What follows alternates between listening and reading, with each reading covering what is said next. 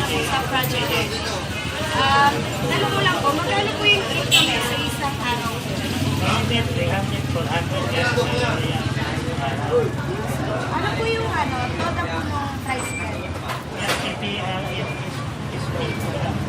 Sige po, thank you po. Yun lang po. Salamat po. Huwag po namin ibang driver. Hi kuya, tanong ko lang po, ano po bang todo nyo? SNRPP total. Ano po bang kinikita nyo sa isang araw? Hindi kasi kayo masukan. Mga 700 na gabi. 700 sa kanya. 700 sa kanya. Hindi, totoo yung nilagyan natin kasi kuha ang mahina ngayon eh. Sige. Walang pasok. Pero kapag maraming po, Kapag po, ay 1,000 po. Salamat po sa informasyon.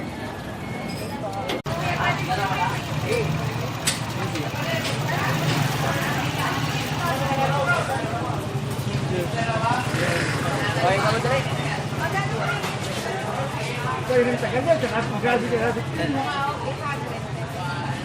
Salamat po.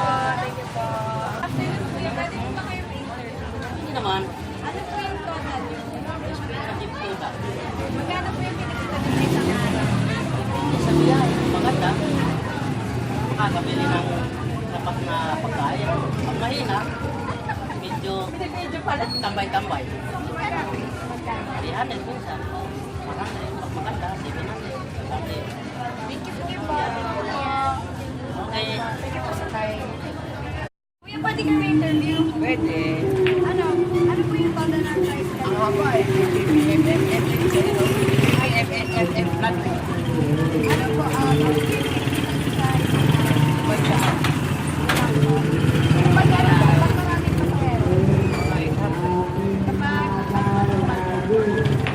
Matumal, wala talaga.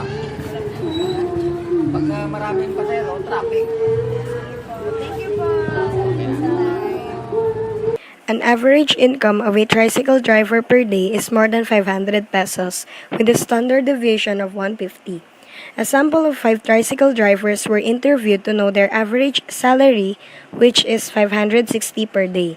Is there a significant evidence that the average income of a tricycle driver per day is more than 500?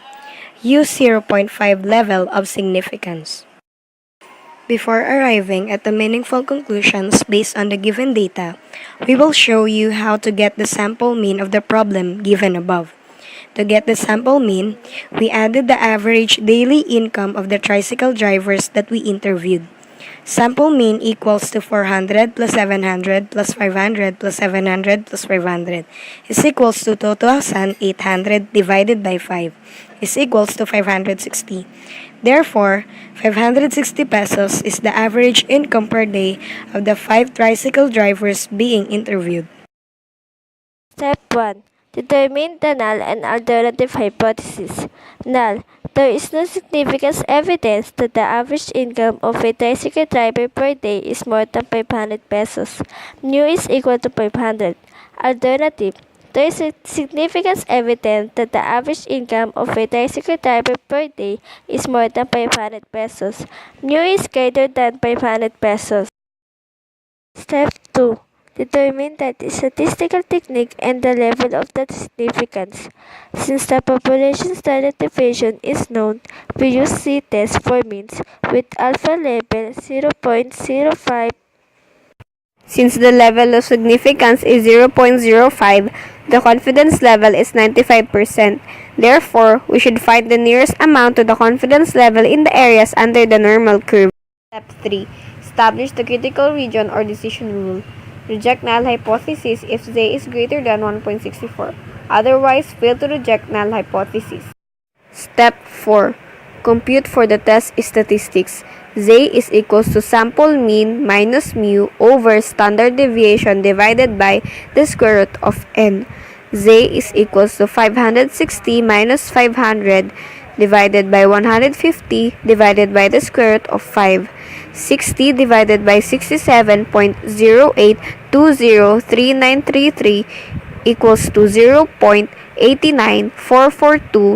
0.894427191 or 0.89. Step 5. State the decision. Do not reject null hypothesis. There is no significant evidence that the average income of a tricycle driver per day is more than 500 pesos. Problem number 2. An average income of a tricycle driver per day is more than 500 pesos. A sample of 5 tricycle drivers were interviewed to know their average salary, which is 560 pesos per day with a salary division of 112. Is there significant evidence that the average income of a tricycle driver per day is more than 500 pesos? Use 0.05 level of significance. Step 1. Determine the null and alternative hypothesis. Null. There is no significant evidence that the average income of a tricycle driver per day is more than 500 pesos. Mu is equal to 500. Alternative. There is significant evidence that the average income of a tricycle driver per day is more than 500 pesos. Mu is greater than 500 pesos. Step 2. Determine the statistical technique and the level of significance. Since the population standard deviation is unknown, we use t-test for means with alpha level 0.05. Since the level of significance is 0.05, the confidence level is 95%. Therefore, we should find the degrees of freedom in the t-distribution. To find it, you must first subtract 1 from n. Since n is equals to 5, direct your answer to 4 and 1 tail 0.050. Step 3. Establish critical region or decision rule. Reject the null hypothesis if t is greater than 2.132. Otherwise, fail to reject the null hypothesis. Step 4. Compute for the test statistics. T is equal to sample mean minus population mean divided by standard deviation over the square root of sample size. T is equal to 560 minus 500 divided by 112 over the square root of 5 equals 60 divided by 50.0879227 equals to 1.197893559 or 1.20. Step 5. State the decision. Do not reject null hypothesis. There is no significant evidence that the average income of a tricycle driver per day is more than 500. Mu is equals to 500.